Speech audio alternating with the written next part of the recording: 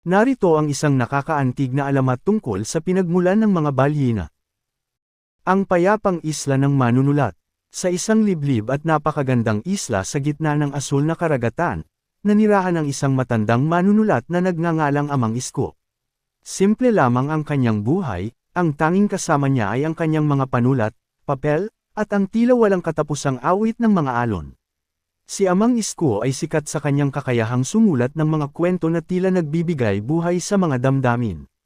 Ngunit sa paglipas ng panahon, naramdaman niya ang matinding pangungulila. Ang isla, bagamat maganda, ay naging tahimik at malungkot. Araw-araw, nakaupo siya sa dalampasigan, nakatitig sa abot tanaw, umaasa na may makakausap o makakasama.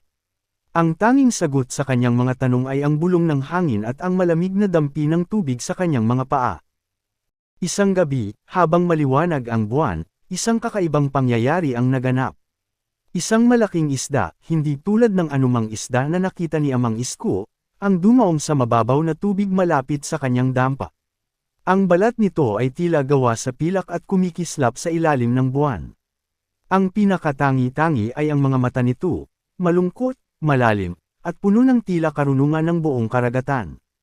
Sa halip na matakot, nakaramdam si Amang Isko ng matinding koneksyon. Lumapit siya at hinawakan ang malamig na balat ng nilalang. Sa gulat niya, narinig niya ang isang tinig sa kanyang isip. Ang nilalang ay nakikipag-usap sa kanya sa pamamagitan ng damdamin at imahe. Ito ay isang sugo ng dagat, isang nilalang na nagbabantay sa mga sekreto ng kailaliman. Nalaman ni Amang Isko na ang sugo ng dagat ay malapit ng mamatay. Ngunit bago ito mangyari, mayroon itong huling hiling. Nais nitong ang lahat ng magagandang kwento ng pag-ibig, katapangan, at pag-asa na isinulat ni Amang Isko ay hindi mawala kailanman. Nais nitong maging buhay na repositoryo ng mga kwentong ito.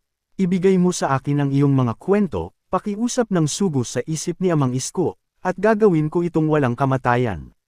Ngunit kapalit nito, kailangan mong isakripisyo ang iyong pisikal na anyo upang maging gabay at tagapagtanggol ng mga kwentong ito sa kailaliman. Dahil sa kanyang matinding pagmamahal sa kanyang mga akda at sa pagnanais na magkaroon ng mas malalim na layunin, sumang-ayon si Amang Isko. Sa ilalim ng nagbabagong kulay ng langit, nagsimulang lumiwanag ng matindi ang mahiwagang nilalang. Ang liwanag ay naging napakasilaw, na tila tinakpan nito ang buong dalampasigan. Nang dahan-daang mawala ang liwanag, wala na si Amang Isko at ang sugo ng dagat.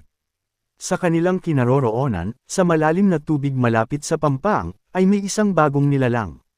Ito ay dambuhala, mas malaki kaysa sa anumang bangka, at may kulay na asul-abo na tila pinaghalong kulay ng malalim na dagat at ng gabi. Ang anyo nito ay makapangyarihan ngunit maamo. Ito ang kauna-unahang balyena. Habang ito ay dahan-daang lumalangoy palayo sa pampang, ang bawat paggalaw ng kanyang malaking buntot ay nag-iiwan ng bakas ng kumikislap na mahika sa tubig. Ang mga kwento ni Amang Isko ay naging bahagi na ng kanyang pagkatao, na nakasulat sa kanyang malalaking buto at matatalinong mata. Mula noon, ang balyena ay naging simbolo ng misteryo at ganda ng karagatan. Sinasabing kapag ang isang balyena ay kumakanta, isang malalim, malungkot, at paikat-ikot na himig na naririnig sa malalayong distansya, ito ay nagsasalaysay ng mga lumang kwento ni Amang Isko. Ang kanyang kanta ay naglalakbay sa kailaliman, nagbibigay aliw sa mga nalulungkot at nagpapaalala sa lahat ng nilalang sa dagat tungkol sa pag-ibig at pag-asa. Ang isla ni Amang Isko ay nanatiling tahimik, ngunit ang karagatan ay hindi na kailanman naging malungkot. Ang alamat ng balyena ay nagtuturo sa atin na ang mga kwento ay may sariling buhay, at kung minsan, ang pinakadakilang sakripisyo ay ang pagiging bahagi ng isang bagay na mas malaki kaysa sa ating sarili.